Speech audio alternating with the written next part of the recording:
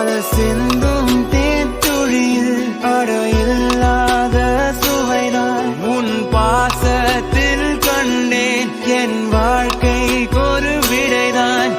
உண்மைகள் எங்கே பொய்களுக்குள்ளே நன்மைகள் எங்கே